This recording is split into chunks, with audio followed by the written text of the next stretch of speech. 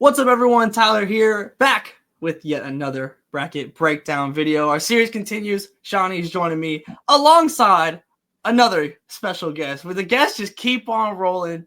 Jordan Robinson on the Women's Hoop Show. Jordan, thank you for coming. Get the horns out.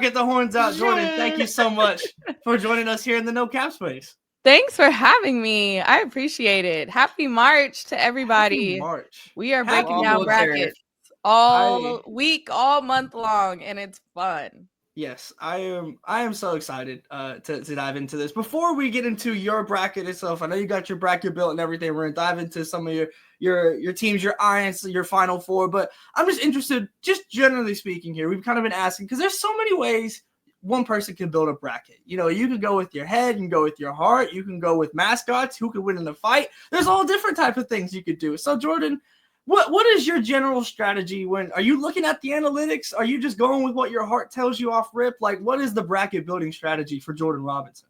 Well, I know that my mom definitely does mascots and school colors. That, and she has been close multiple years in a row. It's how it always goes. Right. So it's horrible in my family brackets because I know too much. Sometimes you have to go in blind and just go with your heart, and that's usually what makes you win or do better.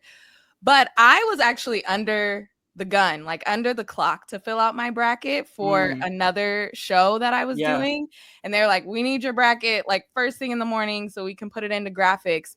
And that made me go with my gut, like immediately. Usually I have like 3 brackets and I take time and I'm looking at what are the predictions and the stats and all of these things. But I just went with all the knowledge that I have and went with my gut, like looking at the matchup, who do you think is going to win? And I did it in record time. Like, I don't even know, 5 minutes, 6 minutes. Yeah. And I'm sticking with it. I was going to make another one, be like, okay, this was my first one. Let me make another one. But I'm sticking with it. I'm just rolling with it. Okay, I can respect that. I like that. So I did have a question. Because before the show, you showed us the physical paper copy. Like, what's you got to restore the feeling? What's the logic behind it? You got to feel it. You got to see it.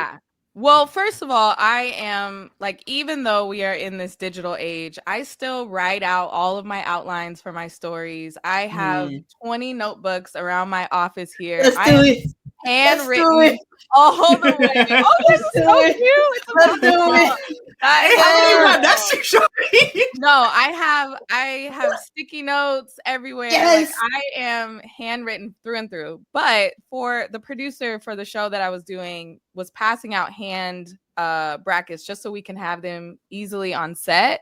But I normally always print out brackets. Last year I put on our wall like Mr. and Mrs.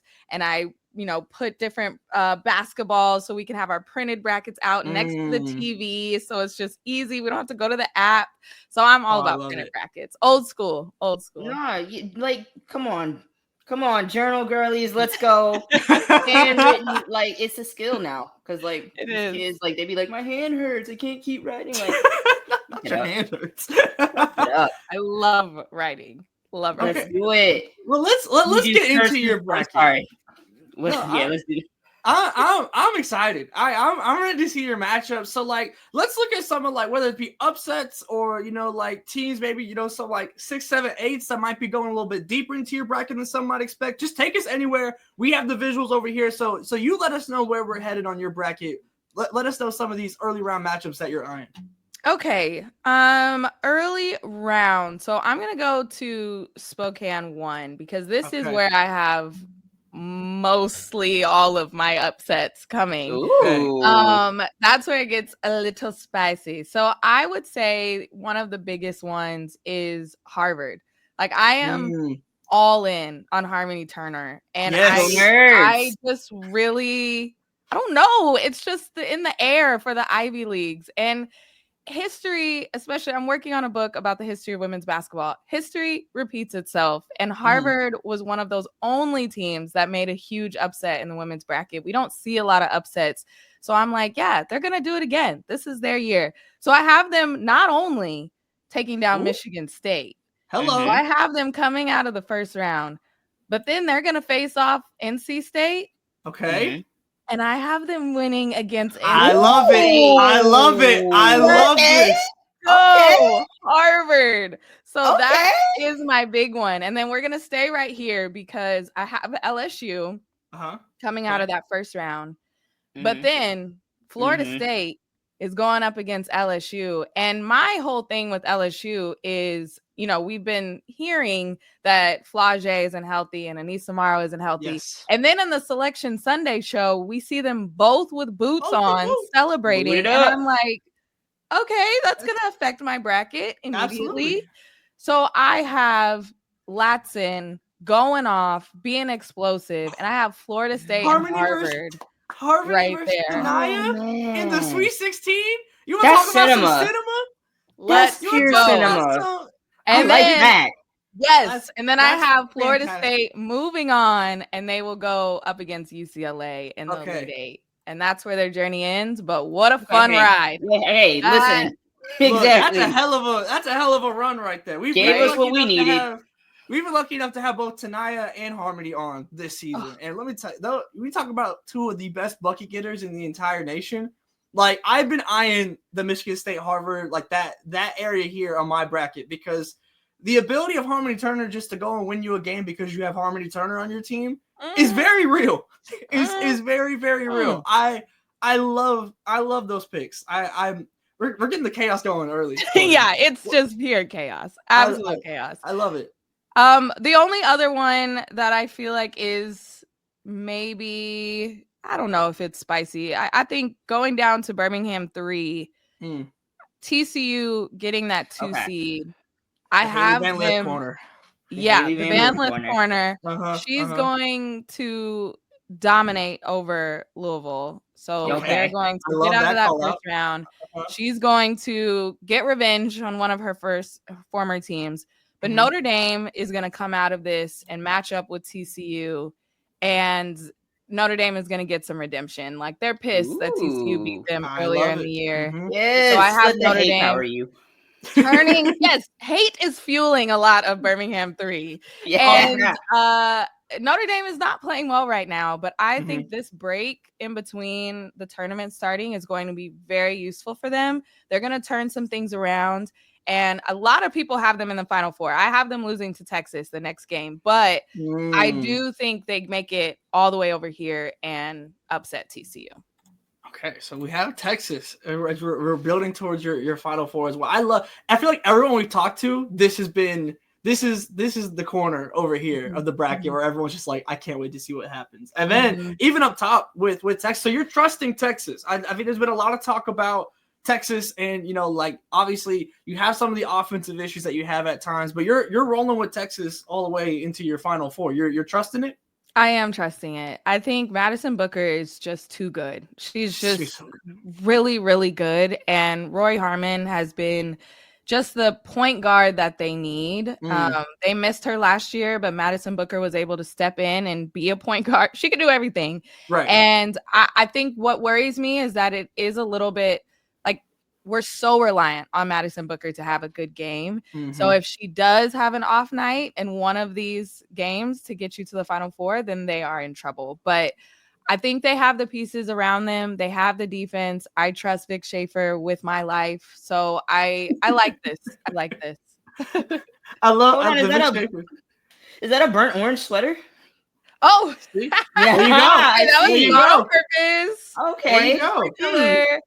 But not on purpose. But it works. Okay, so we have Texas. You said UCLA over Florida State as well. Yes. I figured so, but we want to make sure. Okay, let's kind of round out this Final Four a little bit. This USC region. We'll start over here because I think everyone's eyeing the possibility of USC UConn. So we can kind of skip ahead. Do you have that matchup? The 1-2 in your Elite Eight? I do. Okay. I have USC UConn. I'm still a little sad about that it is an Elite Eight and it's not a possible Final Four. You and Lindsay Gottlieb both. Yeah. Lindsay Gottlieb was not happy that they got the 4 number 1 spot. But I just think as a fan, hate that it's either or for Paige or Juju to go to the Final Four. Like, I just wish it was both of them there just to be both in Tampa.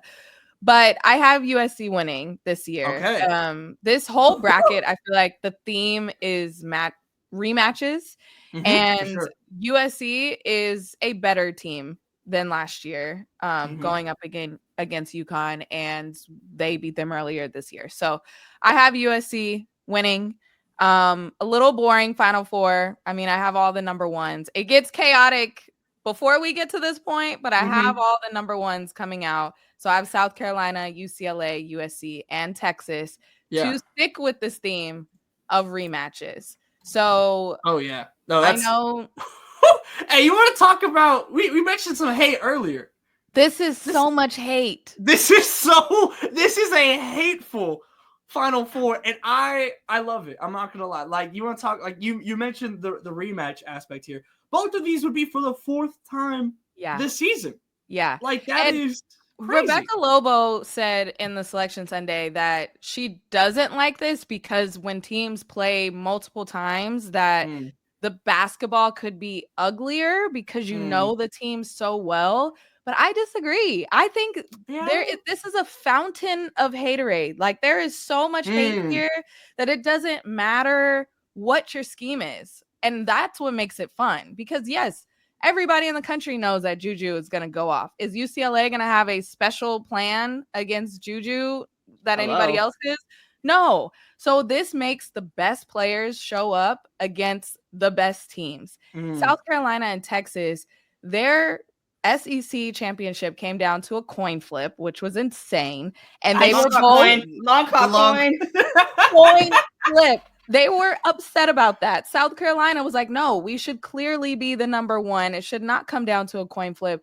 This is a battle that shows who was the clear number one. Like, you can prove it by this matchup. And whoever comes out, especially Texas, if they come out of Birmingham 3 alive, then they're going to have a lot of momentum going up against South Carolina. UCLA, USC, we know the history there. But specifically this season, USC had a terrible second half in the Big Ten championship game. Was that because UCLA was better or because USC shot bad? This is a Final Four matchup that will figure out what that storyline is. Is USC just the overall better team and UCLA having to play their kryptonite in the Final Four as the number one overall seed? Like, come on. We need the storylines, and this is perfect for that. Yeah, I love that even with all number one seeds, there's still like so much you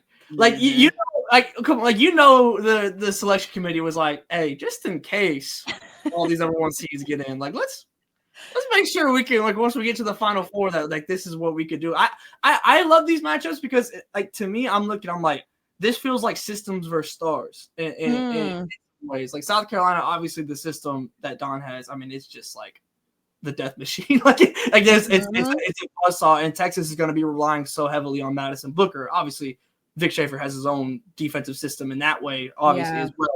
And UCLA is kind of in a similar way where it's like, obviously, Lauren Betts is one of the best players in the entire nation, but it's less relying on Lauren Betts compared to USC is on Juju Watkins and even Kiki in that way. So I love kind of like the philosophy, like kind of the different philosophies in this season. Obviously, we've seen these play out. So let's start on this right side, because obviously South Carolina and Texas, you split the regular rivalry in the like now we're turning that into a rivalry. Like, we're getting Texas caught up. The way look, Texas came into the SEC and they were ready. Like, they were about it. And like I gotta respect that. And now we're getting like the Bree Hall and Madison Booker a little back and forth. Like, I'm okay with this turning into a little bit of I'm okay. I'm here for it. So and Jordan, they've won one, so it's like that's important. Exactly. So they have that confidence. Like, this is they know it's possible. In years past, going up against South Carolina at any point in the bracket, you know, you have people shaking in their boots. But Texas has the confidence to say, like, let's take care of business in our bracket so we can meet South Carolina again. And I have this going down to the wire, but I have South Carolina coming out on top. Okay. Maybe that's recency bias, maybe because they just handled them in the SEC championship. But I have South Carolina coming out, especially because there's just, Dawn said it's not extra motivation, but them not getting the number 1 overall seed, they were not happy. They were not super excited about it. So I think they're going to demolish everyone in their route. Texas is going to be a struggle, but I actually, even before this, in the Elite Eight, them going up against Duke, I think is going to be a very big test for them. There was a moment in my bracket where I paused for a second. I said, okay, in this Kara era, this would be huge. Like, I wouldn't be sad. I wouldn't be sad if Duke did this upset over South Carolina, even though it blows up my bracket, because they are capable. But I have South Carolina coming over Duke. They're going to have that confidence going up against Texas, and they're in the final. I can get behind. I mean, look, if Duke shoots like they did in that second half of the NC State game, man, anything's possible. I ain't never seen them act like that before. Exactly. Their defense is something they hang their hat on. They know that we know what they're going to give on defense, but if their offense clicks, it's like, okay, well, this is a complete team. This is the team that could beat a lot of other teams. Yeah. So, Shawnee, as our South Carolina representative, you're feeling the rivalry here though with South Carolina, Texas. Like this is like a real thing. Absolutely, because Vic gets in the pressers and he's like, Greenville. It's like a home game. It's like, sorry, big dog. Tell your fans get their money up. I don't know what to tell you. And then the Bree Hall, the Madison Booker thing, I'm like, ooh, that kind of came out of nowhere. But like, okay, I like it a lot. Hey. Because we've been looking for a rival in the SEC for a minute now. Like, it's been LSU, but again, you got to win in order for it to be a true rivalry. And since Smokey got there, they haven't. So since I like it, Of course, it's not going to come down to the long cock coin this time. No. But a Final Four matchup really amplifies it too. With more stakes, the SEC championship already did amplify it. You run it back again, I'm here for it. But a rivalry that needs no amplification. Right. And I think it's also for years to come. Like with Texas being in the SEC, this is going to set us up for great matchups next season. The season after, Madison Booker's only a sophomore. So we are going to be able to talk about this for years to come. And I think it will help women's basketball at large for it to be this Final Four. Yeah. I mean, look, by the time Malaysia and Tessa and Madison are all seniors, Lord knows where this series is going to be at. But oh my gosh, you're going to talk about a rivalry that's already been heated up. Battle of LA this season. Look, we've had Juju throwing the fours down. We had Lauren Betts throwing the 5-on down. You got Cheryl Miller just talking cash on the sidelines to Reggie Miller.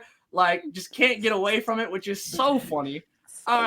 Jordan, where's your mindset at with this Battle of LA? Obviously, USC wins both the regular season. UCLA gets their get back in the Big Ten championship. Where's your head at with this one? I love it. I mean, being in LA, it is so fun. It's not fun because I couldn't get tickets to either of those games because they were sold out so in advance. My procrastination got the best of me. Got you. And they were sold out. But it just makes it fun because of the history going way, way back. And you think of the legends. You think of Ann Myers-Drysdale sitting courtside next to Cheryl Miller, next to Reggie Miller. That is what this means. And I think it's been a really long time since we've gotten this. It's always been heated in regular season and Pac-12 matchups because it is what it is. It's just a school thing. But now it's no, we are some of the best women's basketball teams in the country, and we have our rivals. For UCLA, Lauren Betts is incredible, and I think that goes without saying. She has made strides and improvements in her game, mostly with her passing. I've been super impressed with how she's been able to pass out of the double team, find those cutters, pass out to post up, and then repost. That's been super valuable for their offense. USC, Juju's going to Juju, and we know that a 40-piece minimum is coming, and she shows up for big games. That's what makes her a star of stars for me. You can't go hiding when the lights are the brightest. She shows up and shows out and continues to remind everybody who she is. but she does not like UCLA at all. So it's like, okay, real hate. We know we're going to get a great juju against UConn. We know we're going to get a great juju against Kentucky. Like, there are so many matchups along the way that she is going to show up, but then she is going to be drooling at the opportunity to go up against UCLA again. And she hates them.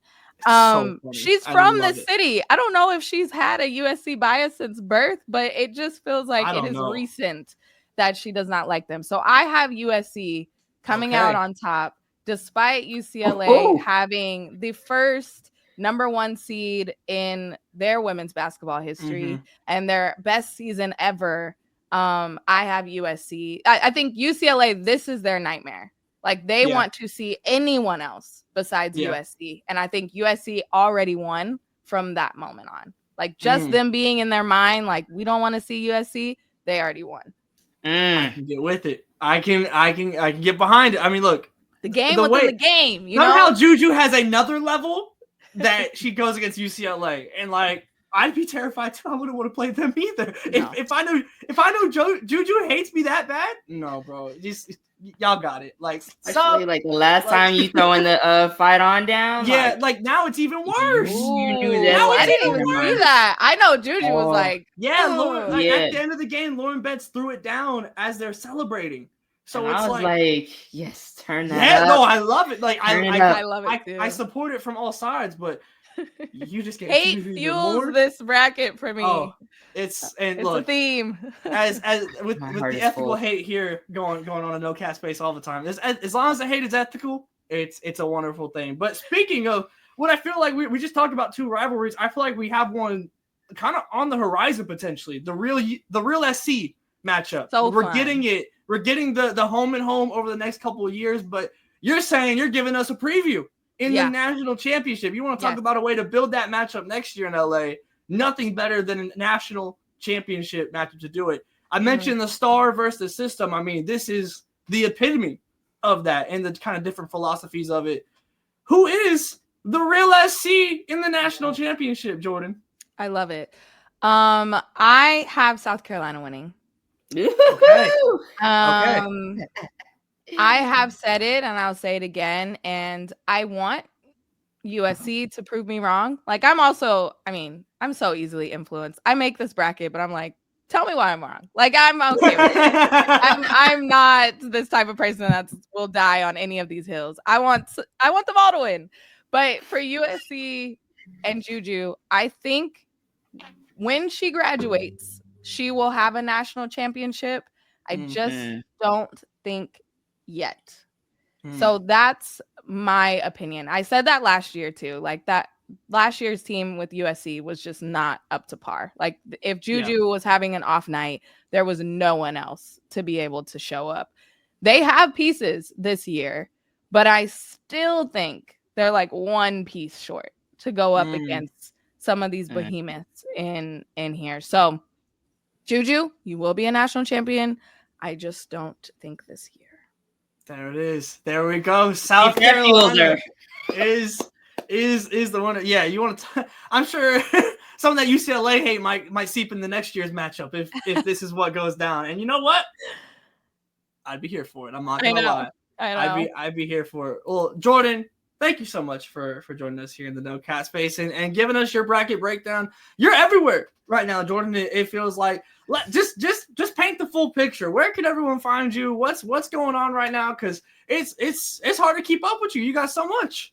Well, this month you can find me in my bed because I will be sleeping as much as possible. But when I'm not, you can find me on Instagram at Jordan Liggins and on X at Hey Jordan R, TikTok at Hey Jordan Robinson. Listen to the Women's Hoop Show. It's on YouTube or wherever you get your podcasts. And yeah, that's kind of what I want to plug. But once you follow me there, you'll see all the other places that I am. There you go. Jordan, again, thank you so much for tapping in with us here at No Cat Space. And make sure that you guys stay tapped in with us over the entire tournament. We will be live every single night breaking down all the games, your entire wrap up. It's going to be a long month. but we're here for the ride. Come join us on it. We got you covered for everything. Plus, NoCapSpaceWBB.com. Literally just this morning as we were recording this, a massive Lauren and Sienna Betts feature just dropped on NoCapSpaceWBB.com. So go check that out and make sure you're tapped in across all the socials. And, of course, home field. No Cat Space collection, no Cat 15. Go use your code and get 15% off. We will see you next time.